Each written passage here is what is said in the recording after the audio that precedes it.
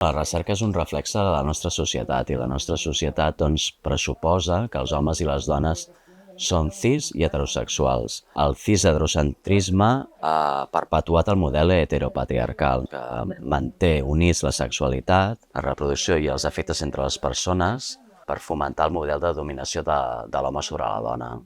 El més evident és incloure aquestes realitats, incloure a part de les persones cis heterosexuals, també les persones LGTB. De fet, la ciència ha estat basada en el model que han proposat els homes blancs, benestants, cis heterosexuals i sense cap problema a nivell mental ni físic, no?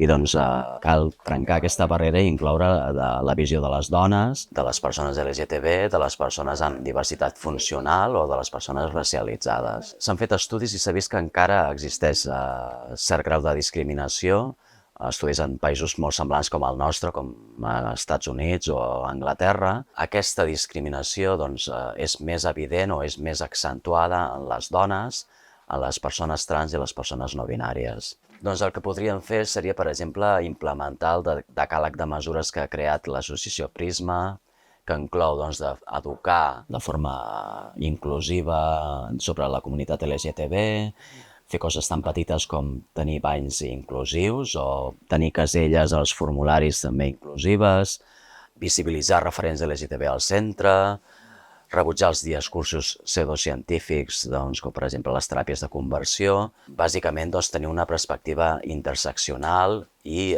inclusiva per a totes les persones i no només penjar la bandera el dia 28 de juny, que és el dia de l'orgull.